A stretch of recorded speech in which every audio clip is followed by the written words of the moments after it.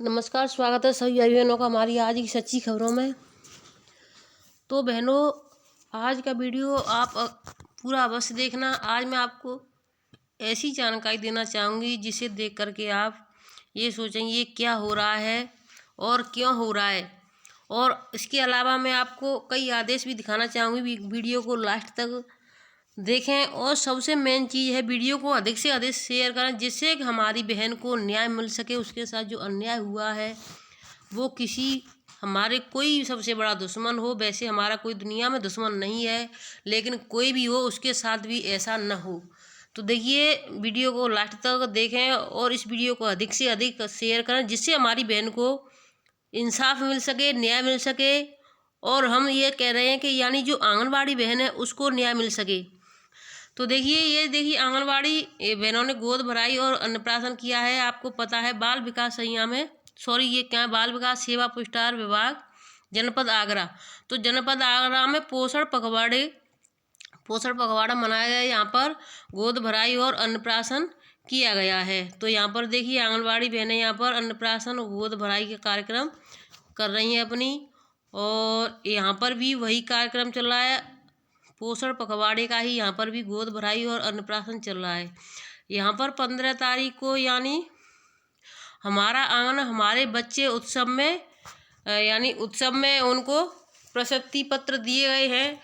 तो आंगनबाड़ी बहनों को वहाँ बहुत सारी आंगनबाड़ी बहनें पहुँची हैं ज़िले पर, तो वहाँ उनको आंगनबाड़ी बहनों को ये प्रशस्ति पत्र दे करके सम्मानित किया गया है।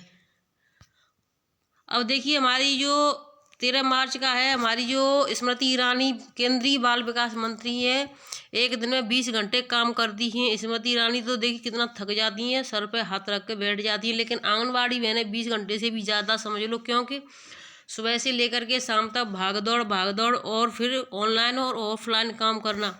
तो हर इंसान अपनी अपनी परेशानियों को देखता है, लेकिन हम बहनों की परेशानियों को नहीं देखता है। लेकिन जो कल ज़िले पर हमारा आंगन हमारे बच्चे में जो अधिकारियों ने SRG और जो और भी मैडम थी, उन्होंने बहुत सारी कुछ जानकारियाँ दी। उसके बारे में हमें भी जानकारी नहीं थी, तो उसकी वीडियो हमने लाइव चैनल पर डाल दी है। तो जा कर के आप एक बार अवश्य देखें, सुने कि क्या क्या केंद्रों के लिए आता है और क्या क्या हमें मिल रहा है, क्या क्या आने वाला है, जिसमें कहीं कोई यानी गड़बड़ी ना हो सके।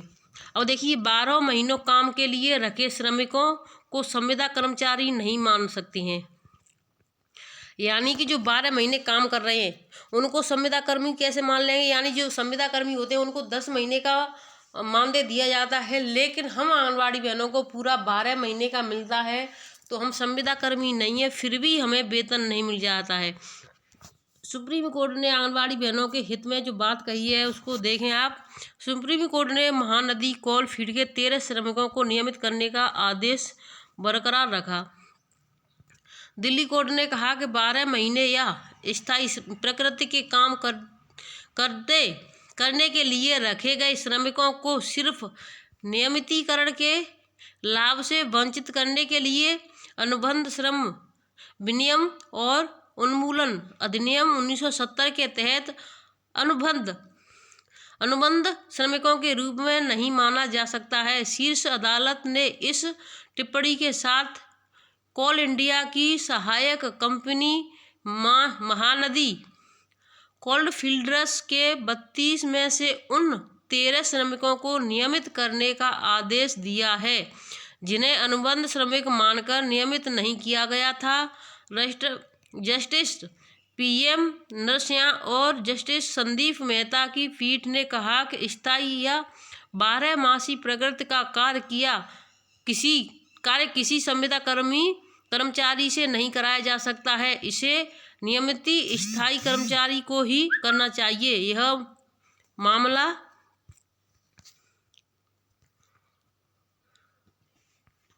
यह मामला कोल इंडिया लिमिटेड की सहायता कंपनी महानदी कोल फील्ड्स की ओर से नियोजित कुल 32 श्रमिकों में से 13 श्रमिकों के गैर नियमितीकरण से जुड़ा है। इन्हें 12 मासी कार्य करते समय अनुबंध श्रमिक माना गया था।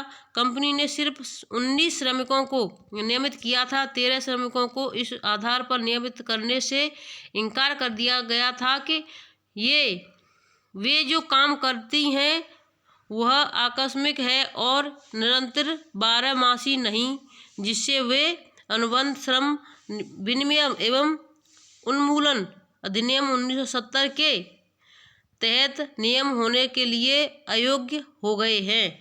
तो उन्होंने माना यानी अयोग्य हो गए, लेकिन फिर कोर्ट ने कहा है, सुप्रीम कोर्ट मुख्य चुनाव आयुक्त और अन्य चुनाव आयुक्त अधिनियम 2023 को चुनौती देने वाली याचिका पर 15 मार्च को सुनवाई करने के लिए तैयार हो गया। इस कानून के जरिए सीजेआई को चुनाव आयुक्त के चयन पैनल से हटा दिया गया।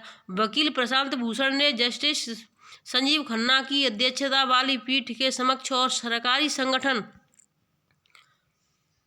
Association for democratic reforms ADR की ओर से याचिका का उल्लेख किया। इस पर पीठ ने कहा, हमें सीजेआई से संदेश मिला है, याचिका सुनवाई के लिए शुक्रवार को सूचीबद्ध की जाएगी।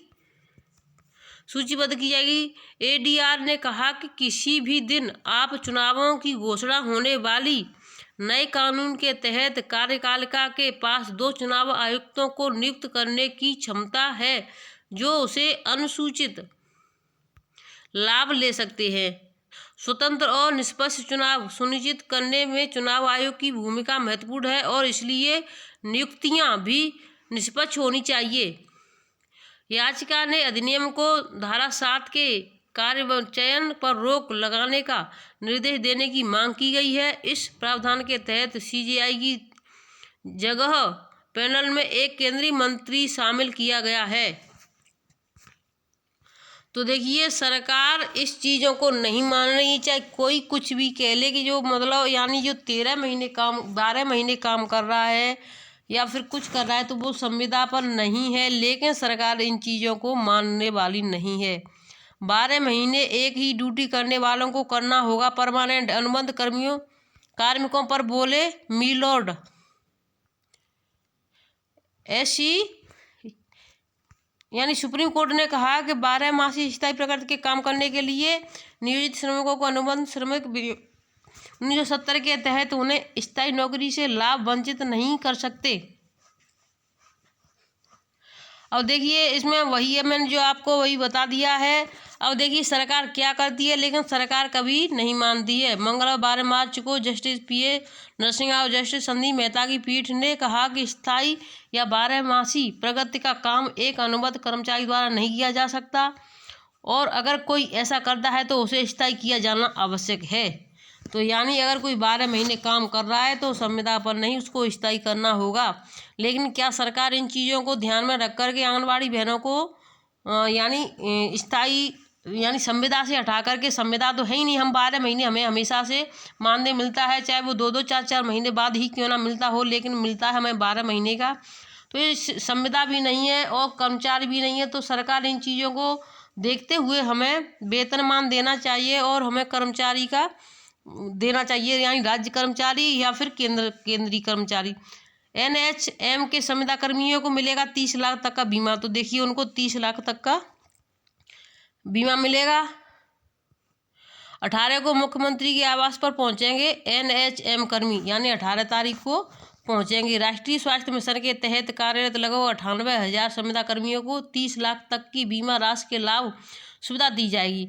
विभाग ने सामूहिक बीमा योजना का लाभ देने के लिए आवश्यक निविदा प्रक्रिया पूरी कर ली है। निविदा के माध्यम से भारतीय जीवन बीमा निगम को चयनित किया गया है। इसके माध्यम से एनएचएम संविदा कर्मियों को बीमा का लाभ दिया जाएगा। राष्ट्रीय स्वास्थ्य मिशन की निदेशक डॉक्टर पिंकी जोएल ने बताया कि कंपनी के चयन की प्रक्रिया पूरी होने के बाद अब कर्मचारियों को सुविधा देने की तैयारी है। होली से पहले मिलेगा कर्मचारियों को मानदेय।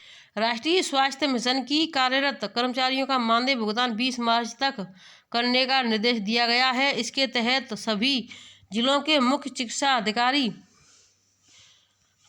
अधिकारियों को निर्धारित प्रपत्र पर वेतन भुगतान संबंधी प्रक्रिया पूरी करने के बाद रिपोर्ट भेजने का निर्देश दिया गया है। आदेश में कहा गया है कि 18 मार्च तक की हाजिरी के अनुसार 20 मार्च तक मानदेय भुगतान कर दिया जाए। तो यानी देखिए, तो हम सभी आंगनवाड़ी बहनों के लिए भी खुशखबरी है कि 20 मार्च तक आंगनवाड़ी बहनों का भी मानदेय खातों में लग जाएगा, क्योंकि 24 की होली है तो फिर 2-4 दिन की छुट्टी हो जाएगी, तो 20-21 में मानदेय लग जाएगा। अब देखिए, ये जो मैंने अभी आपको कहा था कि हमारी आंगनवाड़ी बहन को न्याय मिलना चाहिए, तो देखिए ये जो 16-17 साल की जो बेटी है, हमारी आंगनवाड़ी बहन की बेटी है, इसको दरिंदों ने मार दिया है और हमारी बहन ने इसको यानी जो लिख कर के भेजा है। मैं आपको और भी बताऊंगी। आप सभी लोगों से हाथ जोड़कर निवेदन है कि मेरी बेटी को न्याय दिया जाए। अगर मेरी बेटी को न्याय नहीं मिला है तो यह समझ लेना कि बेटियों के साथ अन्याय होगा। यानी अगर किसी की एक बेटी को न्याय नहीं मिला है तो हर बेटी के साथ अन्याय ही हो रहा है, ये समझ लेना आप सभी भाई बहन। इसलिए मैं कहती हूँ आपसे, वीडियो को ज़्यादा से ज़्यादा शेयर करें। देखिए, लखीमपुर खीरी में भी यानी आंगनवाड़ी की भर्ती निकल चुकी है, तो सभी भाई बहन अपना उसको भर ले। देखिए, लखीमपुर खीरी में यानी कि देखिए जो पोषण पखवाड़ा चल रहा है उसमें सबसे ऊपर जो 4 से 8 दिखाई दे रहे हैं वो परियोजना है।